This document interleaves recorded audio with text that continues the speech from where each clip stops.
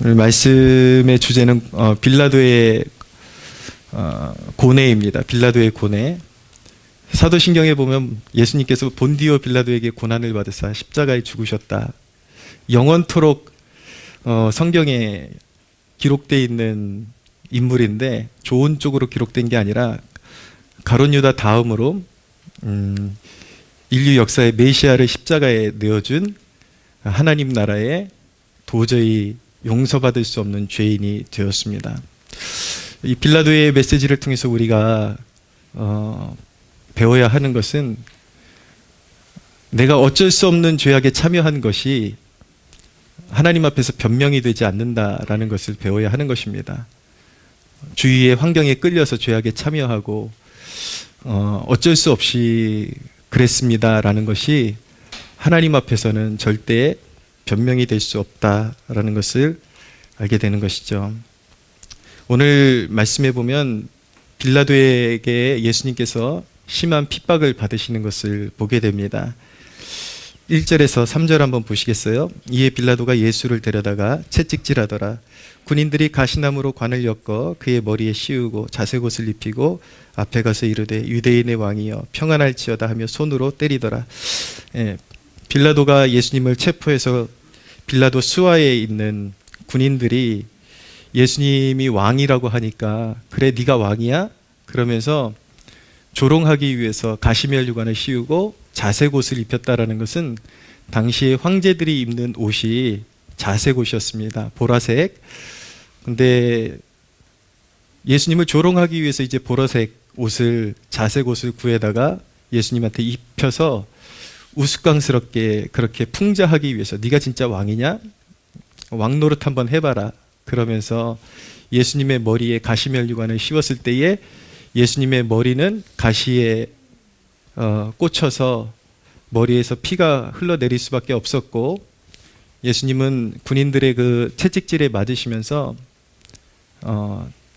그 가죽끈으로 된 채찍의 그 끄트머리에는 갈고리로 되어 있었는데 그 갈고리가 한번 휘둘러질 때마다 등이 파이고 거기서 피가 철철철철 흘러 나오는 그 모욕과 수모를 당하셔야 했습니다. 그리고 군인들은 겁도 없이 예수님을 손으로 때리고 조롱하고 침뱉고 이런 일을 저질렀습니다. 왜 세상이 주님께 이런 일을 자행하는가? 눈이 영적으로 어두워져서 영적인 맹인이 되었기 때문에 영적으로 무지하기 때문에 그분이 누구신지 모르기 때문에 조롱하고 폭언을 쏟아붓는 것입니다. 전도 나가면 피켓 들고 서 있으면 젊은 고등학생, 젊은 이제 청년들이 지나가면서 쌍시옷으로 이렇게 욕하고 지나갈 때 있거든요. 그리고 조금 괜찮은 애들은 같이 할렐루야 하면서 앞에서 이제 막 와요. 그러면 그게 뭐냐면 놀리는 거예요. 놀리는 거고. 사람들은 예수님이 하나님의 독생자이시요 그분이 구원의 주권자이시다라고 그렇게 복음을 전하면 사람들은 하나님의 아들 좋아하고 있네. 얌전한 사람들이 그 정도고 아주 예수님을 비하하고 하나님을 아주 악하게 그렇게 폭언을 쏟아붓고 기독교인들하고 진짜 신앙심이 깊은 사람들과 교제를 해본 적도 없으면서 기독교인들은 개독인들이고 다 인간 같지 않다 그러면서 이제 폭언을 막 쏟아붓는데 그렇게 사람이 예수님께 대해서 폭언을 쏟아붓는다 그래서 그분의 본질에 조금도 손상을 입힐 수 있는 것이 아닙니다. 그분의 본질은 여전히 하나님이시요 하나님의 독생자이시요 그분은 하나님께서 보내주신 인류의 구원자이신 것입니다. 할렐루야. 네. 그분의 그런 본질에는 인간이 아무리 그 어리석은 입을 가지고 떠들어도 전혀 손색이 가지를 않는 것입니다. 그러나 인간에게 주어진 것은 그냥 선택의 기로 앞에 서 있을 뿐이에요. 예수님을 구주로 영접할 것이냐 아니면 거절할 것이냐 그 자신의 결단을 통해서 자신의 결단에 합당한 결론을 취하는 것, 결과물을 취하는 것만이 인간이 할 수 있는 전부라는 것을 연약한 인간이 깨달을 수가 있어야 하는 것입니다. 영원한 생명이신 예수님을 거부하면 기다리고 있는 것은 영원한 형벌이요, 영원한 지옥의 고통만이 기다리고 있는 것이죠. 그래서 인간이 자기 스스로가 얼마나 유약한 존재인지를 깨닫는 것이 하나님 앞에서 구원에 접근하는 첫 번째 단계가 될 수 있다는 것을 우리가 알아야 합니다. 요 옆에 이렇게 할머니 한 분이 살고 계신데, 저는 우리 방역 단계가 이제 상승할 때에 우리 교회에 경찰이 들이닥치고 공무원들이 들이닥치고 그러면서 험난한 그런 싸움을 싸워가면서 이 예배를 지켰어야 하는데, 경찰들이 신고를 받고 온 거예요. 근데 저는 그 옆집 할머니가 우리를 신고한 가장 유력한 후보라고 저는 굳게 믿고 있습니다. 왜냐하면 그날 저랑 눈이 딱 마주쳤는데 묘한 그 스파크가 팍팍팍팍 튀었어요. 그래서 저 할머니구나 이제 알게 됐죠. 근데 그 할머니하고의 인연이, 우리가 처음에 이곳에 이사 왔을 때에 이제 좀 먹을 것을 싸들고 전도하러 인사하러 갔더니 먹을 것을 보시더니 그렇게 좋아하시더라고요. 좋아하시는데 제가 이제 예수님에 대해서 전하려고 그러니까 갑자기 눈빛이 너무 무섭게 변하는 거예요. 그러면서 갑자기 말을 확 반말로 바꾸더니 그런 소리 하지 마라. 나 듣기 싫으니까 하지 마라. 그래서 본인이 옛날에 방송국에서 이렇게 PD 같은 그런 일을 하셨다 그러더라고요. 그러니까 방송 쪽에서 일하시고 이러니까 기독교에 대해서 너무 안티 그 성향이 깊게 배어 있는 것입니다. 예수 같은 소리 하지 마라. 그리고 그분 옆에 바로 올케가 있었는데, 그 올케가 예전에 교회를 나갔던 분인데 교회에 실망해가지고 교회 얘기만 꺼내면 우리가 교회에서 왔다 그러니까 그냥 너무 막 무서운 표정으로 그렇게 이제 우리를 대하는 거예요. 그래서 그날 그냥 갖다 드리고 그래도 기도하겠다고 그러고 나왔는데, 그날 이후로는 우리를 보면 너무 쌩쌩하고 너무 이 공기가 좋지를 않은 거예요. 그래도 교회 행사가 있을 때마다 우리 사모가 뭐 떡 싸들고 가서 그냥 갖다 드리고 막 이랬는데, 최근에 듣게 된 이야기입니다. 그날 우리가 복음을 전할 때 너무 듣기 싫어하고 눈에서 살기가 그냥 초롱초롱 빛났던 그 올케가 요즘 보이지 않길래 어디 가셨냐라고 물어보니까 심장이 좋지 않아 가지고 병원에 수술을 하게 됐는데, 들어갈 때는 걸어서 들어갔는데 나올 때 반신불수가 돼 가지고 나왔다라는 거예요. 그러면서 이제 지금 어디 뭐 입원해 있는지 지금 격리되어 있고 딴 데 있고, 이분이 최근에 이제 성탄 예배 마치고 우리가 또 음식 싸들고 갔는데 태도가 너무너무 많이 변해 있는 것을 발견하게 되었습니다. 비로소 인간이 하나님이 뭐냐, 하나님이 내 인생에 뭐냐라고 그렇게 거만 떨듯이 그렇게 이야기했던 그 태도가 많이 사라지고, 이제 자기 자신이 한낱 피조물에 불과하구나 라는 것을 깨닫게 되면서 마음이 많이 녹아지고, 이 할머니 입에서 놀라운 소리를 듣게 되었는데, 내 언젠가 교회 나갈지 몰라 라는 그런 고백을 듣게 된 것입니다. 놀랍지 않습니까? 네. 정말 그 할머니를 우리 교회에서 예배에서 갑자기 볼 날이 있을 수도 있겠다라는 기대감이 듭니다. 할렐루야. 네, 하나님께서 일하신다라는 것. 인간이 아무리 하나님을 조롱한다 그래도, 무시한다 그래도 하나님의 인격과 그분의 능력에 조금도 손상이 가지 않는 거예요. 인간의 위치는 철저히 하나님 앞에서 구원을 갈망해야 되는 존재고, 자기 인생에 대해서 조금도 결정할 수 있는 결정권이 없다라는 것을 깊이 깨닫고, 우리 하나님은 그분에게 굽히고 들어오는 하나님의 백성들에게 그분의 전능하심으로, 그분 앞에서 함부로 입을 놀리고 악하게 행동하는 자들에게는 반드시 하나님께서 징계와 심판을 내리시지만, 하나님 앞에 겸비한 하나님의 자녀들은 동일한 능력으로 끝까지 보살피시고 구원으로 이끄신다라는 것을 믿으시기를 바랍니다. 빌라도가 예수님을 이제 데리고 유대인들 앞에 세운 모습을 보게 됩니다. 4절 보십시오. 4절 5절. 빌라도가 다시 밖에 나가 말하되 보라, 이 사람을 데리고 너희에게 나오니 이는 내가 그에게서 아무 죄도 찾지 못한 것을 너희로 알게 하려 함이로라 하더라. 이에 예수께서 가시관을 쓰고 자색 옷을 입고 나오시니 빌라도가 그들에게 말하되 보라, 이 사람이로다 하매. 자, 빌라도가 예수님을 유대인들에게 이제 채찍질 받으시고 모욕 받으신 예수님을 데리고 나와서 예수님을 고발했던 대제사장과 유대인들 앞에 세우고 한 말이 무엇이냐면 보라, 이 사람이로다 라고 그렇게 이야기를 한 것입니다. 보라, 이 사람이로다. 이것이 무슨 뜻이냐면 너희가 고발해서 피투성이가 된 이 예수에게서 나는 죄를 찾을 수 없었다라는 고백인 것입니다. 여러분, 빌라도에 의해서 피투성이가 되신 분, 죄 없으신 그분이, 죄 없으신 하나님의 아들이 이렇게 권력자에게 피투성이가 되고 이렇게 모욕을 받으셔야만 했던 이유는 무엇이었습니까? 그것은 바로 우리 때문이었습니다. 우리 때문에. 여러분 그분의 그 피투성이가 된 몰골을 한번 떠올려 보실 수가 있겠습니까? 여러분이 언제부터 주님을 위해서 헌신했고 주님을 따라다녔나요?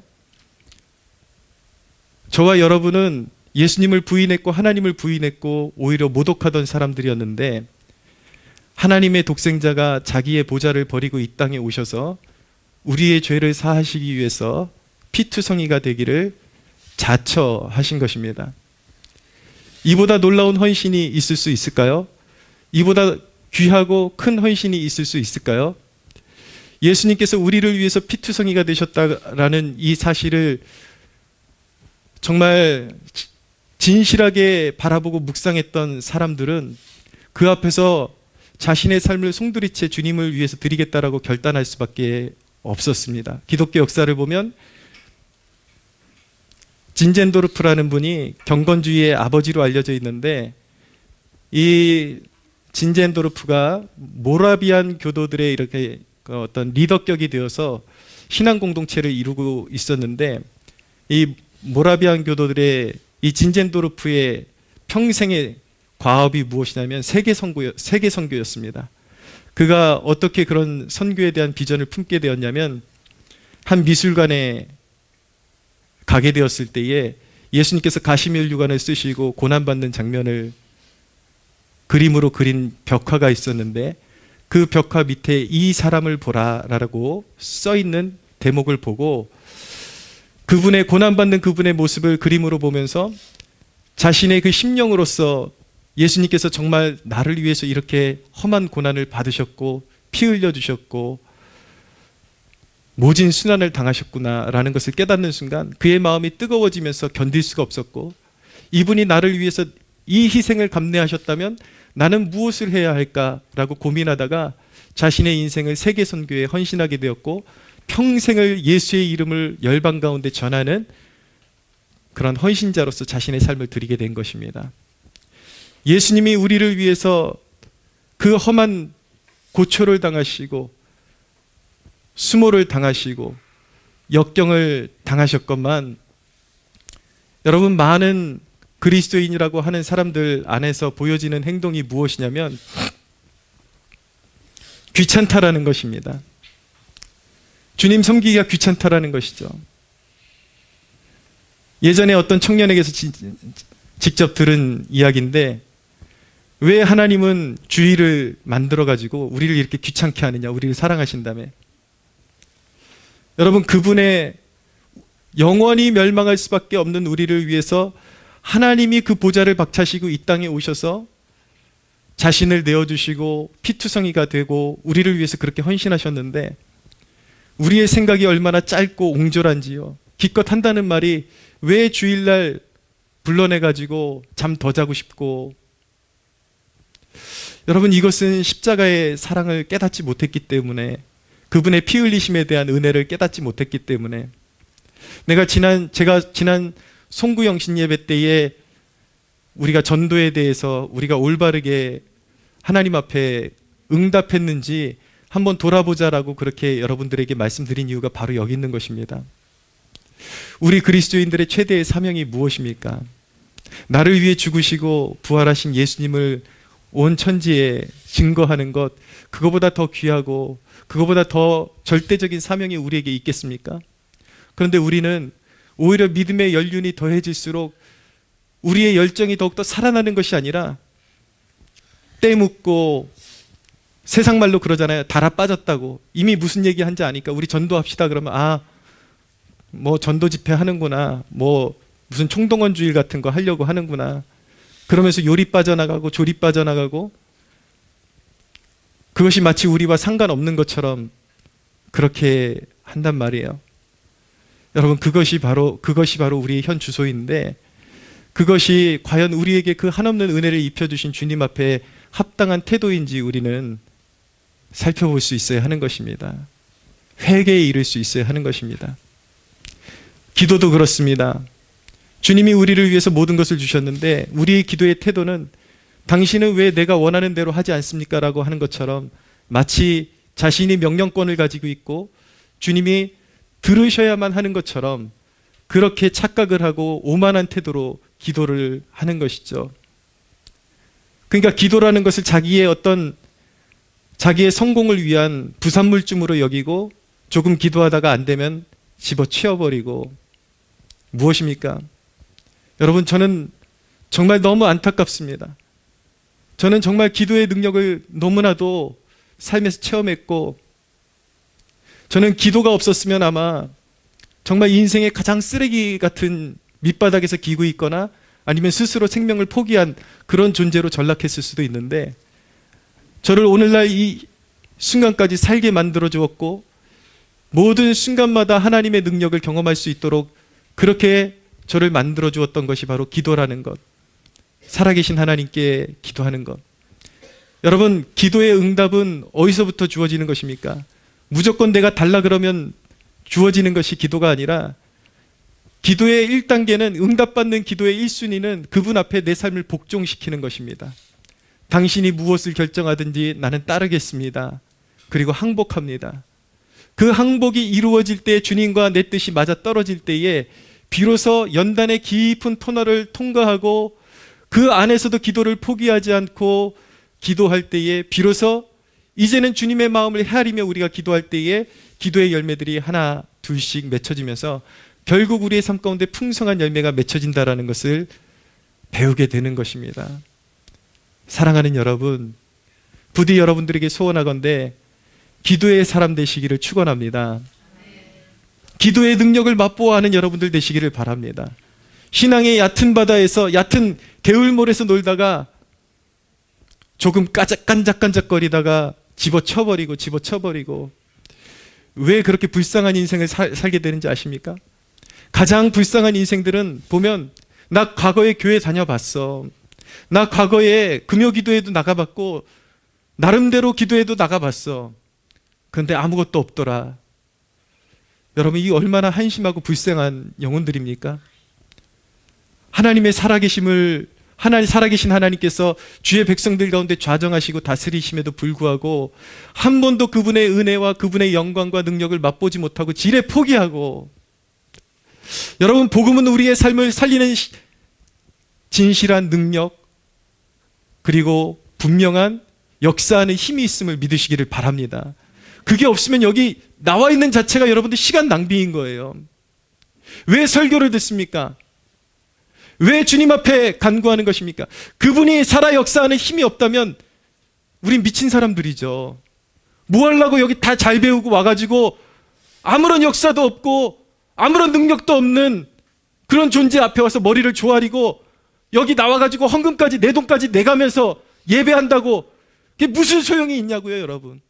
하나님이 살아계시지 않는다면, 예수 그리스도가 여러분들의 삶을 책임질 수 있는 능력이 없다면 그 모든 것들이 무슨 소용이냐고요, 여러분. 그러나 기억하십시오, 여러분. 우리의 삶 가운데 역경도 있고 어려움도 있고 신앙 가운데 받는 수모도 있지만, 끝까지 믿고 의지하며 나아가는 백성들에게 반드시 그들의 삶 가운데 부활의 능력이 있다는 것을 또 믿으시기를 바랍니다. 여러분, 빌라도가 예수님을 신문했지만 얻은 결론은 예수님께서는 무죄라는 것입니다. 예수님께는 죄가 없다라고 그가 선언했지만 유대인들의 반응은 무엇이었습니까? 6절을 보십시오. 함께 읽어보겠습니다. 시작. 대제사장들과 아랫사람들이 예수를 보고 소리질러 이르되 십자가에 못 박으소서, 십자가에 못 박으소서 하는지라. 빌라도가 이르되 너희가 친히 데려다가 십자가에 못 박으라. 나는 그에게서 죄를 찾지 못하였노라. 빌라도가 예수님을 신문하고 나서 얻은 결론은 죄가 없다라는 것이었는데 유대인들이 오히려 그의 무죄의 결론을 들으면서 오히려 십자가에 못 박아라, 십자가에 못 박아라 라고 그렇게 소리를 지르고 있는 것입니다. 여러분, 인간은 얼마나 비열합니까? 자신들이 무고한 주님을 밀고 했고 고소했다면, 죄가 없음이 드러났다면 자신들의 죄를 회개해야 할진데 회개하기는커녕 진리에 돌을 던지고 십자가에 못 박으라고 십자가로 밀고 나아가는, 이것이 바로 인간의 비열함 아닙니까? 여러분, 인간이 그렇습니다. 자기 죄의 문제에 대해서 얼마나 인간이 하나님 앞에서 굴복을 하지를 못하는지요. 과거에 그런 적이 있었습니다. 어디 외부 교회에 권사님이 믿음이 좀 약한 남편을 데리고 저희 교회 임운동 시절에 왔었어요. 근데 남편이 그때까지만 해도 직업이 없었어요. 근데 참 놀라운 거는 무슨 공식처럼 한 가정이 주께로 돌아오기만 하면 바로 유혹이 생깁니다. 몇 년 동안 남편에게 직업이 없었는데 교회 주일 성수를 하기 시작하면서 갑자기 직업이 생길 수 있게 된 거예요. 근데 어떤 직업이냐? 주일날 번번이 빠질 수밖에 없는 직업이 생긴 거예요. 그래서 제가 이 성도분에게 하나님은 더 좋은 것도 주실 수 있으니까 하나님 앞에 믿음으로 내려놓으면 주일 성수하면서도 돈 벌 수 있는 일을 주실 수 있다라고 그렇게 권유를 드렸습니다. 그렇게 권유를 드렸더니 그때부터 이 권사라는 분의 눈에서 갑자기 광선이 나오기 시작하는 거예요. 무언의 메시지는 이것이었습니다. 내 남편이 돈 버는 것을 막지 말아라. 그때 이후로부터, 이건 제 얘기가 아니라 그분이 실제로 했던 행동에 대해서 이야기하는 거예요. 그분이 저희 교회에 오자마자 입이 닳도록 했던 말이 무엇인지 아십니까? 목사님 설교 참 좋습니다. 목사님 설교 참 좋습니다. 은혜 받고 요즘 목사님 설교 듣고 나면 그렇게 행복해요 라고 그렇게 이야기하셨어요. 근데 제가 그 남편을 건드리기 시작한 이후로부터 눈에서 광선이 나오기 시작하더니 갑자기 어느 날부터 교회를 나오지 않는 거예요. 그래서 어느 날 전화를 했더니 문자가 왔어요. 전화는 안 받고 지금 예배 중입니다 라는 답장이 온 것입니다. 무엇이냐면 나 이제부터 다른 교회 나간다라는 걸 그렇게 표현을 한 거예요. 뭐 그럴 수 있어요. 싫으면 갈 수도 있는데 그가 하는 행동이 과연 믿음의 사람의 행동이라고 말할 수 있는지를 우리는 한번 짚어봐야 하는 것입니다. 갈 수 있어요. 그러나 그는 등록교인이었거든요. 그러면 교회를 옮기려면 적어도 제가 이 교회에서 적응하기는 힘들 것 같습니다라고 일단락을 짓고 그렇게 가야 성숙한 것이죠. 근데 마치 세상 말을 빌려서 이야기하자면 마치 엿먹어라 라는 그런 메시지처럼 보였습니다. 그러면서 나중에 저하고 이제 개인적으로 제가 이제 마지막 신방을 했는데 그때 하는 말이 무엇이냐면 목사님 설교는 틀렸습니다 라는 거예요. 왜요? 그랬더니 목사님 설교에는 예수님과 십자가가 없습니다. 여러분, 제가 이 강단에서 일평생 예수님과 십자가만 전하는 것은 하나님께서 알고 계십니다. 불과 몇 주 전에 목사님 설교 때문에 행복하다는 이 여인이 이제 소갈이 틀어지니까 뭐 없는 얘기도 막 지어대면서 자기를 변호하는 거예요. 이게 인간의 못된 심령인 것입니다. 왜인지 아십니까? 상대방을 죽여야 자기가 살아나기 때문인 것입니다. 자기가 못된 행실을 하는 것이 설교가 잘못됐고 교회가 잘못됐다라고 이야기해야 자기에게 명분이 생기기 때문에 그런 것이죠. 여러분, 어떻게 해야 진실한 그리스도인의 태도이겠습니까? 차라리 그럴 때는 아직까지 나의 헌신이 거기까지 미치지 못합니다라고 고백할 수 있어야 정직한 것입니다. 하나님 앞에 정직한 그런 마음을 소유하는 주의 백성들 되시기를 축원합니다. 여러분, 신앙에도 기본 도의라는 것이 있습니다.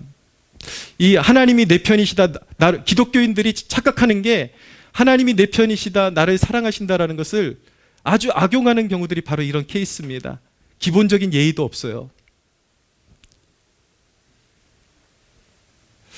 여러분, 하나님의 사랑을 받은 사람은 완전할 수는 없어도 매사에 더 조심하고 하나님의 영광을 가리지 않도록 조심하는 그런 선한 양심을 가지고 살아야 되는 것이죠. 하나님이 내 편이시라는 것을 인간적인 욕구로만 사용하게 되면 인간이 그렇게 더 이상 쓰레기가 될 수 없을 정도로 쓰레기가 되어버리는, 여러분, 세상 사람들도 그렇게 살지 않습니다. 기본적으로 자기 양심이 조금이라도 남아있는 사람들은 자기가 잘못한 걸 인정해요. 하물며 하나님 앞에서 우리가 진정한 그리스도인이라면 하나님께서 우리의 잘못을 깨닫게 해주시고 책망하실 때에 겸손하게 엎드릴 수 있어야 되고, 이웃에 대해서도 내가 잘못한 것이 있다면 끝까지 변명하고 하나님이 날 사랑하시는데 니까짓 게 뭐야, 이것이 아니라 내가 잘못했구나, 뉘우칠 수 있어야 되고 때로는 사과도 할 수 있는 것이, 그것이 여러분 그리스도인의 모습이 그것이 아니라 아주 기본적인 인간의 도의가 그것인 것입니다. 그러나 우리 그리스도인은 하나님의 사랑을 입었기 때문에 더 하나님의 영광을 위해서 신중하고 조심하고 더 자기의 삶에 책임감 있는 삶을 살 수 있어야 한다는 것을 꼭 깨닫고 마음에 새기시기를 바랍니다. 8절을 보시겠어요? 빌라도에게 이 군중들의 외침이 빌라도의 그 귓가에 확 박혀왔는데, 그것이 무엇이냐면 7절을 먼저 보십시오. 7절 같이 한번 읽어보겠습니다. 시작. 유대인들이 대답하되 우리에게 법이 있으니 그 법대로 하면 그가 당연히 죽을 것은 그가 자기를 하나님의 아들이라 함이니이다. 빌라도가 이 말을 듣고 더욱 두려워하여, 아멘. 자, 군중들이 예수님을 조롱하고 그를 정죄하기 위해서 한 말이 무엇이냐면 그가 자기를 하나님의 아들이라 함이니이다 라고 그렇게 소리를 지른 것인데, 아이러니하게도 빌라도가 이 외침을 듣고 갑자기 마음속에 큰 두려움이 몰려오기 시작했습니다. 자기가 핍박하고 피투성이로 만들어버린, 그리고 정죄한 이 예수가 진정한 하나님의 아들이라면 내가 이 죄값을 어떻게 감당할 수 있을까? 그 두려움이 왔던 것이죠. 그래서 빌라도는 이렇게 질문합니다. 9절, 10절, 11절 같이 한번 읽어보겠습니다. 시작. 다시 관정에 들어가서 예수께 말하되 너는 어디로부터냐 하되 예수께서 대답하여 주지 아니하시는지라. 빌라도가 이르되 내게 말하지 아니하느냐? 내가 너를 놓을 고난도 있고 십자가에 못 박을 고난도 있는 줄 알지 못하느냐? 예수께서 대답하시되 위에서 주지 아니하셨더라면 나를 해할 고난이 없었으리니 그러므로 나를 내게 넘겨준 자의 죄는 더 크다 하시니라. 아멘. 빌라도가 이렇게 묻는 것입니다. 너는 어디로부터냐? 그러면서 한 말이 내가 너를 놓을 고난도 있는 걸 알지 못하느냐? 너를 놓을 고난도 있고 너를 십자가에 못 박을 고난도 있다. 근데 빌라도가 착각하고 있었습니다. 빌라도에게 주어진 권세는 빌라도 자신의 것이 아니라 하나님이 주신 것입니다. 예수님께서 이렇게 말씀하시잖아요. 위에서 주지 아니하셨더라면 나를 해할 고난이 없었으리니. 왜 예수님께서 아버지께서 주지 아니하셨더라면 이렇게 말씀하지 아니하시고 위에서부터 주지 아니하셨더라면 이렇게 말씀하셨는가? 육의 사람은 하늘의 용어를 말해줘도 알아듣지 못하기 때문인 것입니다. 하나님 아버지가 너에게 주신 것이야. 이것을 알아들을 수 있는 사람은 오로지 예수의 피로 거듭난 하나님의 자녀들 뿐이 없다라는 것을 기억하시기를 바랍니다. 우리에게 주어진 권세가 하나님 아버지께로부터 온 권세라는 것을 알아들을 수 있는 귀가 있는 하나님의 백성들은 복이 있습니다. 할렐루야. 예. 여러분, 권세는 하나님 아버지께서 주시는 것입니다. 우리에게 주어진 권세도 하나님 아버지께서 주신 것입니다.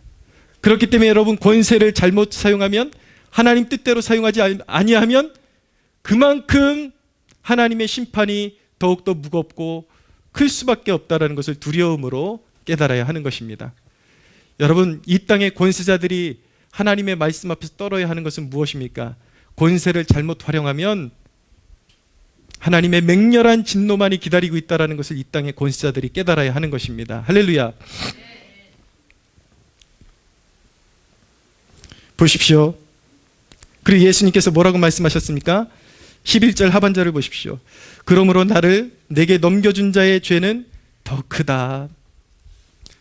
여러분, 여러분들에게 주어진 권세도 있음을 아십니까? 아버지로서의 권세, 어머니로서의 권세, 직장에서 상사로서의 권세, 이 권세를 하나님의 뜻에 합당하게 사용할 때에 하나님께 기쁨이 된다는 것을 아시기를 바랍니다. 자녀를 기를 때에 아빠가 돼서 늘 술 마시고 들어와서 아이에게 폭언을 행하는 것, 그것은 권세를 오용하는 것입니다. 거기에는 하나님의 심판이 있는 것입니다. 권세를 아름답게 행할 수가 있어야 하는 것입니다. 여러분들에게 주신 권세, 하나님께서 주신 것임을 깨닫고 겸손하게 하나님 앞에 그 권세를 하나님을 위해서 사용하는 여러분들 되시기를 축복합니다. 근데 나를 내게 넘겨준 자의 죄는 더 크다라고 말씀하셨어요. 여러분, 빌라도의 죄보다 더 큰 게 무엇인지 아십니까? 그것은 무엇이냐면, 보십시오. 유대의 백성들, 대제사장들과 유대의 백성들은 메시아를 영접했어야 되는데 메시아이신 예수 그리스도를 세상 권세에게 넘겨주었습니다. 이 죄가 빌라도의 죄보다 더 크다라는 것입니다. 오늘날 우리가 알아듣기 쉬운 말씀으로 정리해 볼까요? 빌라도의 죄보다 더 큰 것은 무엇이냐면 주님의 몸된 교회를 세상 앞에서 참소하는 것입니다. 그런 소문을 듣습니다. 그런 소식을 듣습니다. 방역인데 코로나 기간에 교인이라는 자들이 왜 교회 문을 닫지 않느냐, 왜 비대면 예배를 드리지 않느냐 그러면서 자기 교회를 고발하는 자들이 있다라는 소식을 듣습니다. 여러분, 이것이 얼마나 무섭고 두려운 일인지 아십니까? 주님의 몸된 교회를 세상의 권세자들에게 밀고 하는 것이 빌라도가 지은 죄보다 더 크다라는 것. 사랑하는 여러분, 하나님은 만홀히 여김을 받지 아니하십니다. 하나님을 두려워하는 마음으로 신앙생활할 수 있게 되기를 바랍니다. 할렐루야. 여러분, 빌라도는 마침내 사람들의 외침에 굴복하고 말았습니다. 타협하고 말았습니다. 왜입니까? 12절을 보십시오. 12절 같이 읽겠습니다. 시작.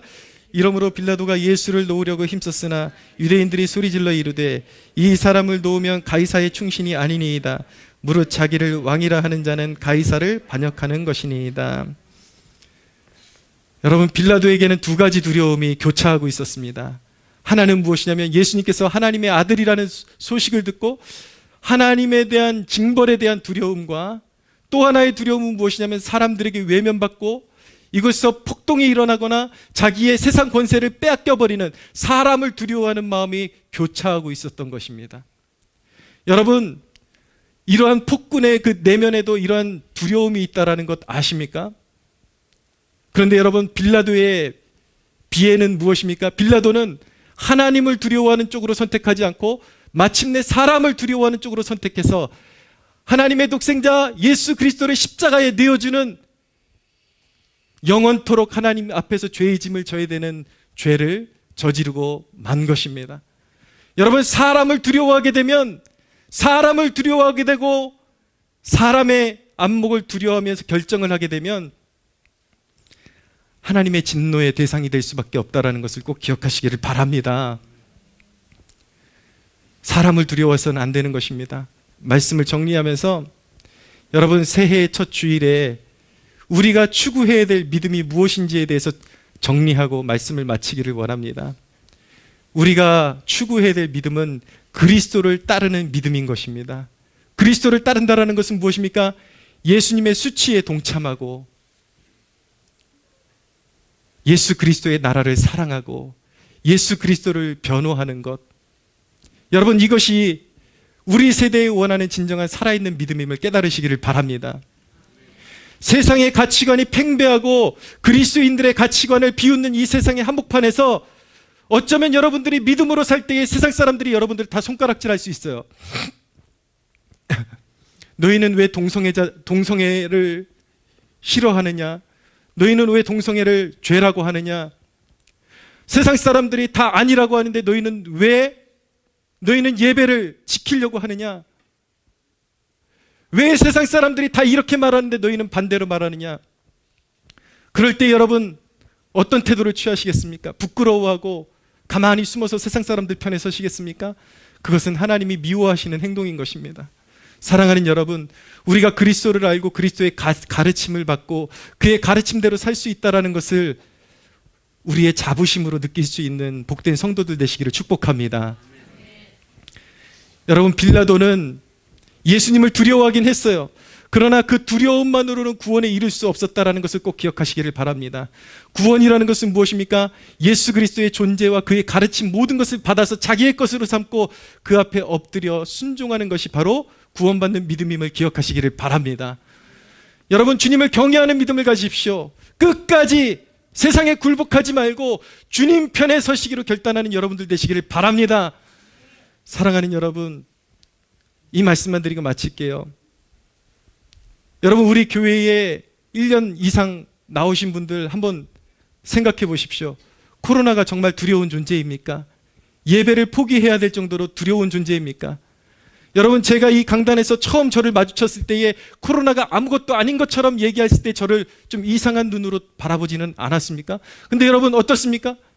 여러분, 세상에 매스컴이 그렇게 부르짖는 것처럼 코로나가 그렇게 인간의 세상을 위협하는 질병이라면 우리가 지금 모이고 있는 1년 사이에도 이곳에서 적어도 수십 명은 코로나가 지나갔어야 맞는 것 아닙니까? 그러나 어땠습니까? 우리가 예배하고 함께 식탁의 규제를 나누는데 우리가 한 번이라도 멈춰선 적이 있었습니까? 여러분, 왜 세상 사람들은 코로나에 그렇게 두려워하고 무릎 꿇고 하나님 앞에 비굴해지는 그런 존재로 살아가는 것입니까? 그들의 시선이 하나님께로 고정되어 있는 것이 아니라 늘 뉴스 보고 매스컴 보고 세상이 지어낸 그런 것들을 보니까 여러분, 코로나가 없다라는 것이 아니에요. 어떤 전문가가 그러더라고요. 코로나가 있는 것은 맞지만 이 세상 사람들은 매스컴을 통해서 코로나의 존재에 대해서 너무 크게 바라보는 경향이 있다. 마치 사자가 존재하긴 하지만 쇠창살에 갇혀진 그런 사자라면 두려워할 필요가 없는데 너무 매스컴에 의존하니까 너무나도 확대된 두려움을 가지고 있다는 거예요. 여러분, 지금까지 결핵 환자로 1년에 죽어가는 사람들이 몇 명인지 아십니까? 1000명이 훨씬 넘습니다. 1년에 교통사고로 죽어가는 영혼들이 몇 명인지 아십니까? 죽어가는 사람들이 3000명이 넘습니다. 1년 동안 평균. 여러분, 지금 코로나로 죽은 사람 몇 명인지 아십니까? 통계로는 4000명이라 그러는데 기저질환 때문에 돌아가신 70, 80대 어르신들 외에 온리 코로나로만 죽은 사람이 150명 정도가 됩니다. 여러분, 왜 두려워하십니까? 세상을 바라보지 마시고 너무나도 세상 것들 계속 바라보면서 오늘 확진자 몇 명 나왔대, 확진자 몇 명 나왔대, 세상을 따라가면서 세상에 종이 되지 마시고 2022년도 한 해에는 하나님의 말씀과 더욱더 가까워지는 여러분들 되시기를 바랍니다. 하나님을 바라보십시오. 세상을 이기고 극복하고, 여러분, 우리에게 주어진 권세는 세상을 이기는 권세임을 믿으시기를 바랍니다. 빌라도처럼 사람들 두려워서 신앙심 팔아먹지 말고 끝까지 예수 그리스도가 우리의 왕이심을 선포하면서 승리의 길로 걸어가는 여러분들 되시기를 예수님의 이름으로 축원합니다. 우리 하나님께 영광의 박수 올려드리겠습니다.